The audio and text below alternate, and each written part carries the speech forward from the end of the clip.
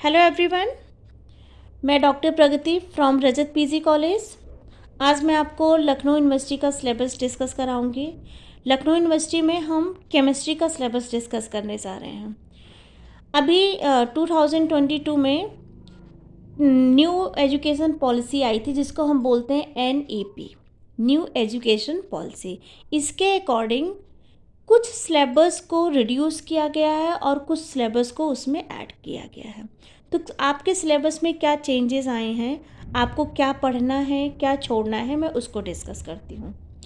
तो आप जो बच्चा BSc पार्ट 1 में जा रहा है, चाहे वो ZBC का हो या फिर PCM का हो, मतलब जूलॉजी बॉटनी केमिस्ट्री वाला स्टूडेंट हो या फिजिक्स केमिस्ट्री और मैथ्स का स्टूडेंट है, दोनों ही स्टूडेंट में केमिस्ट्री आपकी क्या होगी, कॉमन होगी। क्लियर बेटा? अब मैं यहाँ पे केमिस्ट्री के बारे में बता रही हूँ। देखो, केमिस्ट्री में फर्स्ट सेम में BSc फर्स्ट ईयर के फर्स्ट सेम में जो बच्चा एग्ज़ाम देगा उसके लिए मैं डिस्कस कर रही हूँ पेपर किसका, केमिस्ट्री का। तो फर्स्ट सेम में अगर बच्चा मेजर में केमिस्ट्री लेता है तो उसको 2 पेपर पढ़ने पड़ेंगे, इनऑर्गेनिक केमिस्ट्री और ऑर्गेनिक केमिस्ट्री। अगर बच्चा केवल माइनर में केमिस्ट्री लेता है, माइनर ब्रांच केमिस्ट्री को चूज़ करता है, तो उसको सिर्फ ऑर्गेनिक केमिस्ट्री पढ़नी है। अब ये मेजर माइनर का क्या सीन है, देखो बेटा, टोटल आपके पास 3 सब्जेक्ट हैं, जैसे ZBC zoology botany chemistry 3 subject है। तो हर सेमेस्टर में आपको जूलॉजी से भी 2 पेपर पढ़ने होते हैं, बॉटनी से भी 2 पेपर पढ़ने रहते थे और केमिस्ट्री से भी 2 पेपर पढ़ने रहते थे। लेकिन न्यू एजुकेशन पॉलिसी के अकॉर्डिंग इन 6 पेपर में से केवल आपको 5 पेपर का एग्ज़ाम देना है और एक आपका को कैरिकुलम पेपर होगा जिसमें आपके अदर लैंग्वेजेस रहेंगे, जैसे Hindi, English, Urdu, Sanskrit, physical education, computer में, मतलब इस मेन सब्जेक्ट को छोड़ के एक अदर पेपर आपको पढ़ना रहेगा। ठीक है? तो ZBC के बच्चों के पास अथॉरिटी है कि वो चाहे तो जूलॉजी को एज अ मेजर ले ले, बॉटनी को एज अ मेजर ले ले और केमिस्ट्री को एज अ माइनर ले ले, या फिर जूलॉजी को एज अ माइनर ले ले, बॉटनी और केमिस्ट्री को मेजर ले ले, या फिर केमिस्ट्री को एज अ माइनर ले ले और बॉटनी और जूलॉजी को मेजर ले ले। मतलब उसको इन तीनों सब्जेक्ट में से किसी एक सब्जेक्ट में एक पेपर उसको माइनर चूज़ करना पड़ेगा। ठीक है? ऐसे ही PCM ग्रुप का भी है। PCM ग्रुप में भी हर एक सब्जेक्ट में 2-2 पेपर होंगे फर्स्ट सेम में। ठीक है? और टोटल 6 पेपर हो गए, लेकिन इन 6 पेपर में से बच्चा किसी एक सब्जेक्ट को माइनर की तरह लेगा, बाकी 2 सब्जेक्ट को वो मेजर की तरह लेगा। अब वो उसके पास ये अथॉरिटी होती है कि वो फिजिक्स को एज अ माइनर ले सकता है, केमिस्ट्री को एज अ माइनर ले सकता है, या फिर वो मैथ्स को एज अ माइनर ले सकता है। मतलब उसको जो सब्जेक्ट वो माइनर में लेगा उस सब्जेक्ट में से केवल एक पेपर पढ़ना पड़ेगा। ठीक है? अगर उसने फिजिक्स को माइनर में लिया तो फिजिक्स के 2 पेपर में से उसको सिर्फ एक पेपर पढ़ना है। अगर उसने केमिस्ट्री माइनर में लिया तो केमिस्ट्री के 2 पेपर में से उसको एक पेपर माइनर में पढ़ना पड़ेगा। अगर उसने मैथ्स माइनर में लिया तो मैथ्स के 2 पेपर में से उसको एक पेपर माइनर में पढ़ना पड़ेगा। तो ये रहा मेजर और माइनर का फंडा। मैंने क्या बोला, जो आपके पास 3 सब्जेक्ट है उसमें से 2 सब्जेक्ट आपका मेजर होगा और एक सब्जेक्ट माइनर होगा, चाहे ZBC में हो चाहे PCM में हो। क्लियर? अब जो आप माइनर में ले रहे हो उसमें आपको एक पेपर पढ़ना है और जो सब्जेक्ट आप मेजर में ले रहे हो उसके आपके दोनों पेपर पढ़ने हैं। सपोज केमिस्ट्री में, जो कि दोनों ही ग्रुप में कॉमन है, केमिस्ट्री में अगर बच्चा मेजर ले रहा, केमिस्ट्री को एज अ मेजर ले रहा है, तो वो इनऑर्गेनिक भी पढ़ेगा और ऑर्गेनिक भी पढ़ेगा। अगर वो माइनर में ले रहा है तो वो सिर्फ ऑर्गेनिक केमिस्ट्री पढ़ेगा।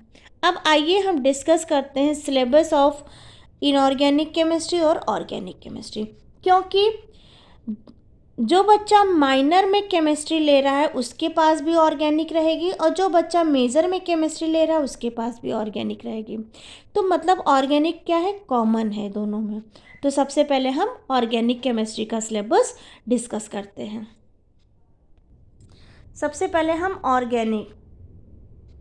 ऑर्गेनिक केमिस्ट्री का सिलेबस डिस्कस करते हैं।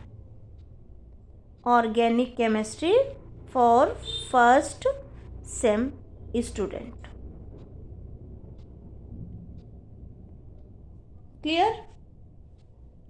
अब ऑर्गेनिक केमिस्ट्री का जो सिलेबस है वो कुछ इस तरह से है। हमें सिर्फ 4 यूनिट में पढ़ना है। First unit, second unit, third unit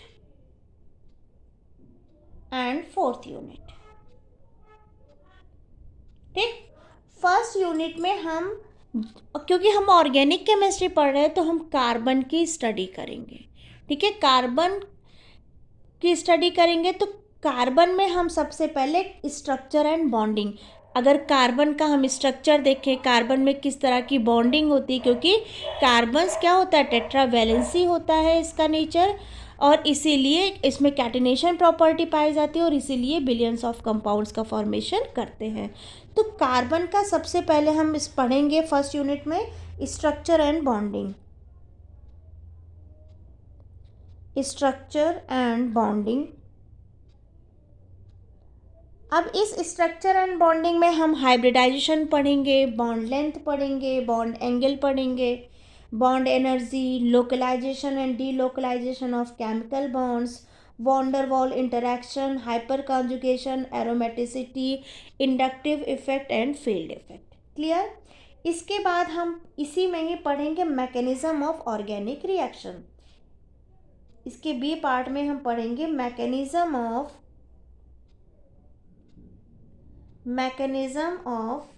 organic reaction.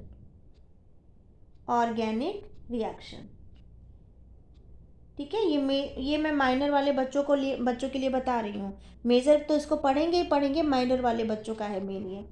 ठीक, और जो आपका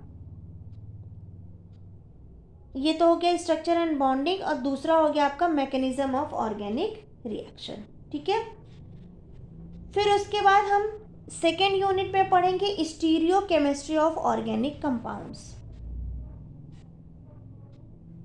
stereo chemistry of organic compounds.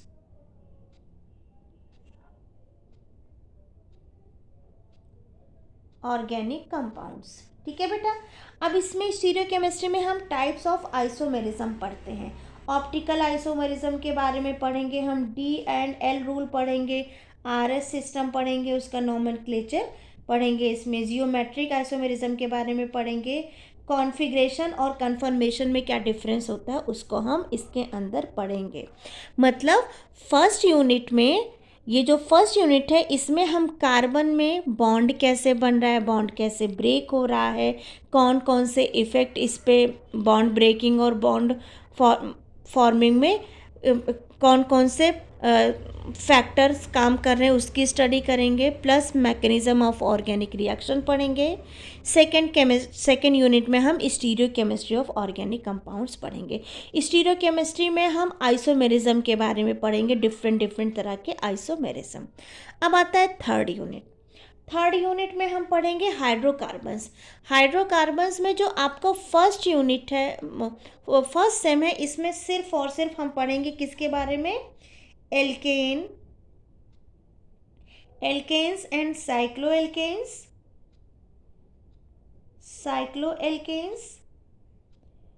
और एल्कीन्स,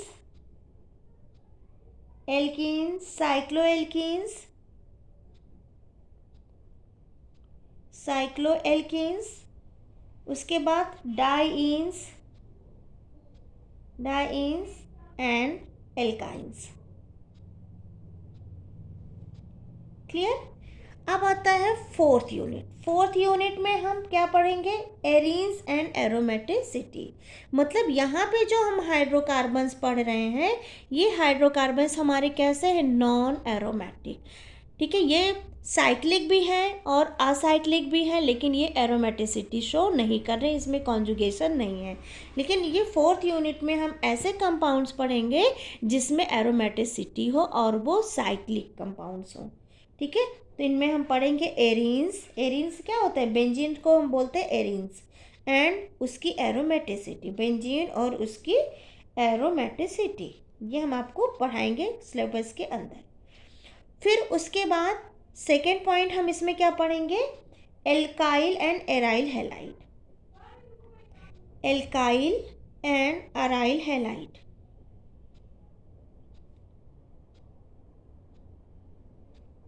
ठीक है बेटा। देखो, जब हम, जैसे हमने हाइड्रोकार्बन्स पढ़े, हमने मीथेन पढ़ा, सिंगल बॉन्ड, हमने इसमें क्या पढ़ा? CH2 डबल बॉन्ड CH2 पढ़ा, और इसमें हमने CS ट्रिपल बॉन्ड CH पढ़ा। ठीक है, ये हाइड्रोकार्बन्स है, असाइक्लिक है, हम साइक्लिक फॉर्म में भी इसको पढ़ेंगे। यहाँ पे हम रिंग के बारे में स्टडी करेंगे, बेंजीन रिंग के बारे में। अब जब इसके साथ एक हाइड्रोजन हटा दो और यहाँ पे कोई Cl ग्रुप लगा दो, यहाँ से भी एक हाइड्रोजन हटा के कोई Cl ग्रुप लगा दो, यहाँ भी एक हाइड्रोजन हटा के कोई Cl ग्रुप लगा दो, तो ये क्या है? ये हैलाइड्स हैं। क्लोरीन की जगह ब्रोमीन, आयोडीन भी लगा सकते हैं हम। तो जब हम हाइड्रोकार्बन्स के अंदर ऐसे ग्रुप्स, मतलब जो अलग से ग्रुप्स लगते हैं, मतलब अलग से हैलाइड ग्रुप्स लगा के हम स्टडी करते हैं, तो उसको हम बोलते हैं एल्किल या एरिल हैलाइड। एल्किल मतलब जब आपके एलिफेटिक कार्बन के साथ लगे रहेंगे हैलाइड ग्रुप, तो उसको हम एल्काइल हैलाइड बोलेंगे, और जब एरोमेटिक रिंग के साथ आपके हैलाइड ग्रुप लगेंगे तो उसको हम एराइल हैलाइड बोलेंगे। ठीक है, तो ये था आपका सिलेबस, केमिस्ट्री फर्स्ट सेम का सिलेबस। मैंने क्या बोला? जिन बच्चों ने केमिस्ट्री को as a minor subject choose किया है वो ऑर्गेनिक केमिस्ट्री पढ़ेंगे, और ये रहा ऑर्गेनिक केमिस्ट्री का सिलेबस। अब हम डिस्कस करते हैं इनऑर्गेनिक केमिस्ट्री का सिलेबस, जो कि सिर्फ मेजर वाले स्टूडेंट पढ़ेंगे, ये माइनर स्टूडेंट नहीं पढ़ेंगे इसको। जिन बच्चों ने केमिस्ट्री को एज अ माइनर लिया है वो इनऑर्गेनिक केमिस्ट्री नहीं पढ़ेंगे, वो सिर्फ ऑर्गेनिक केमिस्ट्री पढ़ेंगे। तो ये ऑर्गेनिक केमिस्ट्री क्या है? माइनर वाले बच्चों के लिए है। ठीक है, सिर्फ माइनर वाले बच्चे इसको पढ़ेंगे, मेजर वाले तो पढ़ेंगे ही पढ़ेंगे, लेकिन माइनर को सिर्फ यही पेपर पढ़ना है। अब बात करते हैं जिन्होंने मेजर में लिया है, तो जिन्होंने मेजर में लिया है वो ऑर्गेनिक तो पढ़ेंगे ही पढ़ेंगे, साथ में एक पेपर और पढ़ेंगे इनऑर्गेनिक केमिस्ट्री। ये है इनऑर्गेनिक केमिस्ट्री। इनऑर्गेनिक केमिस्ट्री में मेजर स्टूडेंट इसको देखेंगे, वो तो ऑर्गेनिक पढ़ेंगे ही पढ़ेंगे, इनऑर्गेनिक भी पढ़ेंगे। इनऑर्गेनिक में हम पहले पढ़ेंगे एटॉमिक स्ट्रक्चर, पीरियोडिक प्रॉपर्टी। ठीक है, सेकेंड पार्ट में हम केमिकल बॉन्डिंग पढ़ेंगे। ठीक है, और थर्ड पार्ट में हम एस ब्लॉक और नोबल गैसेस पढ़ेंगे। फोर्थ पार्ट में हम पी ब्लॉक पढ़ेंगे। ठीक है, बात समझ में आ रही है? हमें क्या पढ़ना है? एटॉमिक स्ट्रक्चर, पीरियोडिक प्रॉपर्टी एक साथ पढ़ेंगे हम एक यूनिट में। केमिकल बॉन्डिंग हम एक यूनिट में पढ़ेंगे, जिसमें कोवैलेंट बॉन्ड और आयनिक सॉलिड रहेगा। थर्ड पार्ट में हम एस ब्लॉक और नोबल गैसेस पढ़ेंगे, और फोर्थ पार्ट में हम पी ब्लॉक केमिस्ट्री पढ़ेंगे। तो ये रहा आपका syllabus for major student. Minor के लिए ऑर्गेनिक है, मेजर के लिए ऑर्गेनिक प्लस इनऑर्गेनिक है। तो आई होप आपको ये लेक्चर समझ में आया होगा। Thank you.